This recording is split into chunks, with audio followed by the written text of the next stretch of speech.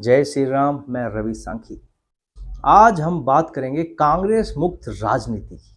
कांग्रेस मुक्त राजनीति की जब हम बात करते हैं तो इसका अभिप्राय ये नहीं है कि किसी राज्य से, भारत से नहीं बात करेंगे हम, राज्य से। जो मोदी जी का सपना है कांग्रेस मुक्त भारत, उसका मीनिंग अलग है, वो अभी बताऊंगा। हम बात करते हैं राज्य की। यदि कोई राज्य में हम कांग्रेस मुक्त कहते हैं कि मुक्त हो गए राज्य, तो इसका मतलब ये नहीं है कि वो सत्ता में नहीं है। इसका मतलब ये नहीं है कि यदि वो किसी पद पर नहीं है तो कांग्रेस मुक्त हो गई, नहीं।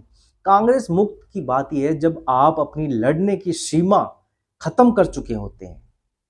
क्योंकि अभी मतलब ताकत समझ लीजिए, गुद्दा समझ लीजिए, मादा समझ लीजिए, जब आप लड़ने का मादा खत्म कर चुके होते हैं, अपनी हिम्मत खत्म कर चुके होते हैं, तब मुक्त की राजनीति होती, मुफ्त नहीं, मुक्त की राजनीति। जैसे कांग्रेस एक राज्य में, कौन से में? उत्तराखंड में। 3 राज्यों की हम बात करेंगे। 3 राज्यों में कांग्रेस मुक्त हो चुकी है।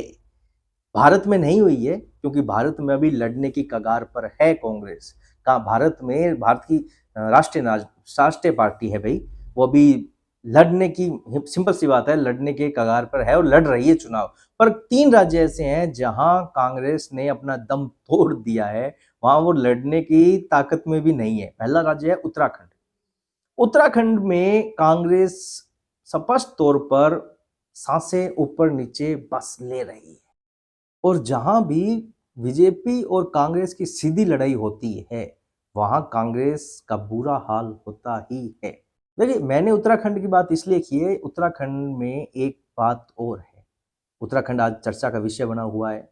मतलब आज से 3 दिन पहले, 3 दिन पहले, सॉरी, आज से 3 दिन पहले उत्तराखंड चर्चा का विषय था। और उत्तराखंड ने कुछ ऐसा किया जो पूरी, मैं तो कहता हूँ भारत नहीं, दुनिया की नजर भी हो गई थी उत्तराखंड पे। पहला भारत का राज्य बना है जिसने यूसीसी, समान नागरिक संहिता, यूसीसी की शुरुआत कर दी है। पहला राज्य भारत का। ये एक मॉडल तैयार किया है बीजेपी ने। अब धीरे धीरे बीजेपी के दूसरे स्टेट हैं वो इसे एक्सेप्ट करेंगे, लगाएंगे। गोवा में ये पहले से था। और दूसरा, एनडीए के जो भी स्टेट हैं वो भी ये मॉडल एक्सेप्ट कर सकते हैं। पर आज यूसीसी की बात नहीं है, समान नागरिक संहिता की बात नहीं है, आज बात है कांग्रेस की। सन 2000 में अटल जी ने 3 राज्य बनाए थे, उत्तराखंड, झारखंड और छत्तीसगढ़। उत्तराखंड में 25 साल लग गए भारतीय जनता पार्टी को एक ऐसा नेता खोजने में जो एक वहां के लोगों को पसंद आए, जो एक अच्छी राजनीति कर सके और एक उत्तराखंड को एक अच्छे लेवल पर लेके जा सके। जो एक परफेक्ट हम नेता कहते हैं, वो 25 साल लग गए बीजेपी को उत्तराखंड में नेता ढूंढने में। पिछले कार्यकाल में तो 3-3 मुख्यमंत्री बदले गए थे। वर्तमान में पुष्कर सिंह धामी जी हैं यहाँ उत्तराखंड के मुख्यमंत्री जी। 2022 में पुष्कर सिंह धामी जी को चुना गया था और इन्होंने लोगों की अपेक्षाओं को भी पूरा किया, नरेंद्र मोदी जी की नीतियों को भी पूरा किया, मिलकर काम किया।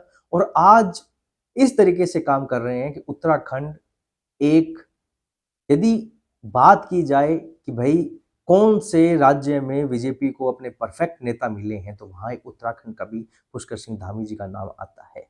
2022 में 60 में से 47 सीटें जितवाई है पुष्कर सिंह धामी जी ने। प्रदेश को एक अच्छा नेतृत्व प्रदान हुआ है पुष्कर सिंह धामी जी के रूप में। अभी स्थानीय निकाय चुनाव हुए हैं जिसमें से 11 में से 10 मेयर बीजेपी के जीते हैं और एक नहीं, कांग्रेस नहीं जीती है, एक निर्दलीय जीती। एक नई पालिका बनाई गई थी, वहां पर निर्दलीय आरती भंडारी जी जीते हैं।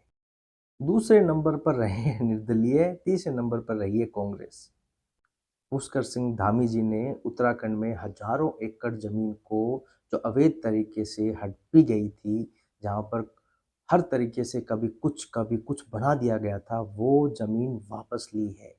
ये एक बहुत बड़ा कदम था पुष्कर सिंह धामी जी का, जिसकी चर्चाएं भी खूब रही हैं। पुष्कर सिंह धामी जी 2 मुद्दों पर बहुत चर्चित हैं। एक तो है हिंदुत्व के मुद्दे पर और दूसरा यूसीसी पर। यूसीसी उन्होंने लागू कर दी। हिंदुत्व के मुद्दे में उन्होंने हजारों एकड़ जमीन अवैध तरीके से जो हड़पी गई थी वो लाई गई है। और हिंदुत्व के लिए पुष्कर सिंह धामी कट्टर हैं। इस चुनाव में आम आदमी पार्टी ने भी किस्मत आजमाई थी। निकाय के चुनावों में आम आदमी पार्टी को नोटा से भी कम वोट मिले। अब देखिए, दिल्ली में भी पहाड़ी वासी हैं। अब दिल्ली के पहाड़ी वासी किस तरीके से सोचते हैं, ये देखने वाला होगा, क्योंकि उत्तराखंड के पहाड़ी वासी तो आम आदमी पार्टी को पसंद नहीं करते हैं। बात है दिल्ली के पहाड़ी वासी की। दिल्ली के पहाड़ी वासी किसे पसंद करते हैं और किसे वोट देंगे, ये देखना इंटरेस्टिंग होगा। 2018 के निकाय चुनावों में बीजेपी ने 6 सीटें जीती थी और एक निर्दलीय का साथ था, पर अब की बार 11 में से 10 जीती है बीजेपी ने। हरिद्वार की हम बात करते हैं। हरिद्वार में इनके पूर्व जो वरिष्ठ नेता है, सामान्य नेता है, हरीश रावत जी, हरिद्वार के यहाँ सांसद विधायक कुछ हैं, ये इनकी बेटी ग्रामीण हरिद्वार से है, ये तक हार चुके हैं। ये है कांग्रेस मुक्त राज्य। इसे कहते हैं कांग्रेस मुक्त राज्य, जहां कांग्रेस लड़ना ही नहीं चाहती है। वो एक तरीके से अपना सांस दम तोड़ चुकी है। एक राज्य है।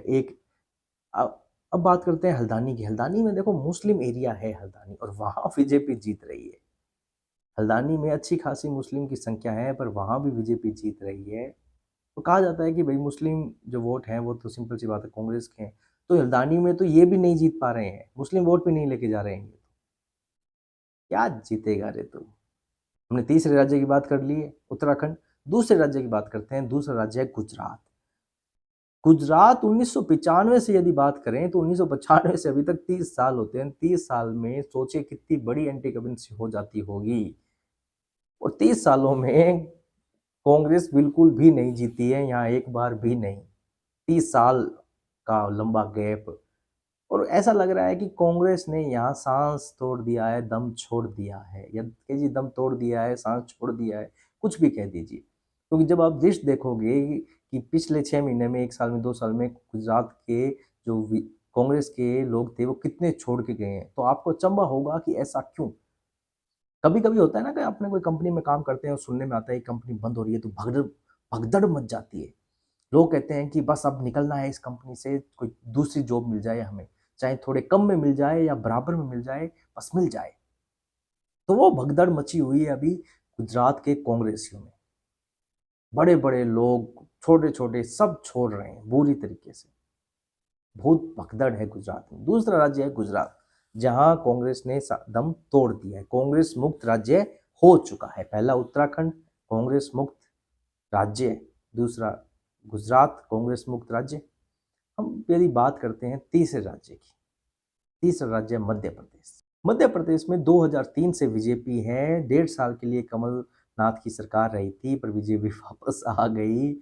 और यहाँ सोचिए, इतनी बड़ी बीजेपी की सरकार रही है, एंटी करेंसी थी, पिछले चुनावों में ऐसा लग रहा था कि कुछ हो सकता है, कुछ भी, फिर भी बीजेपी अच्छे नंबर से, शानदार, लोकसभा में 29 सीटें हैं, 29 की 29 बीजेपी जीती हुई है मध्य प्रदेश में।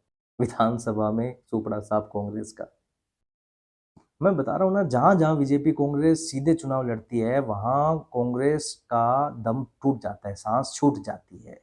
और ये सिर्फ इन राज्यों की बात नहीं, यदि अब आने वाले चुनावों में देखेंगे तो वहां भी हमें असर देखने को मिलेगा। जैसे कर्नाटक में चुनाव होंगे, कांग्रेस और बीजेपी की सीधी टक्कर है, 1-2 स्टेट और हैं, वहां भी होगी। तो ये असर देखने को मिलेगा कि कांग्रेस के सीधे टक्कर में बीजेपी को फायदा रहता है। इंडी अलायंस में भी एक थोड़ा सा भगदड़ मची हुई है, क्योंकि लोगों को अब समझ में आ गया है कि कांग्रेस मुक्त हो चुकी है राजनीति से, होने वाली है राजनीति से। इसलिए लोग कांग्रेस से दूर भाग रहे हैं, क्योंकि उन्हें पता है कि अब हमें कांग्रेस देने वाली कुछ नहीं है, क्योंकि इसके पास भी कुछ बचा नहीं है। क्योंकि सत्ता में आएगी तब कुछ देगी। कब तक पूंछ पकड़े रखेंगे हम, कब तक ये कहते रहेंगे कि मोहब्बत की दुकान। आजकल तो खुद भी नहीं कह रहे हैं। जो मोहब्बत की दुकान चला रहे थे, आजकल तो खुद ने ही बंद कर रखी है। लोगों को, इंडिया अलायंस के गठबंधन के लोगों को राहुल गांधी का नेतृत्व नहीं पसंद। अब देखने वाला होगा, इंटरेस्टिंग होगा कि चौथा राज्य कौन सा होता है। 3 राज्य हो गए हैं, चौथा राज्य कौन सा होता है, ये देखने वाला होगा, जहां कांग्रेस मुक्त होगा स्टेट। आज का वीडियो यहीं समाप्त करते हैं, कल मिलेंगे किसी नए टॉपिक के साथ। जय श्री राम।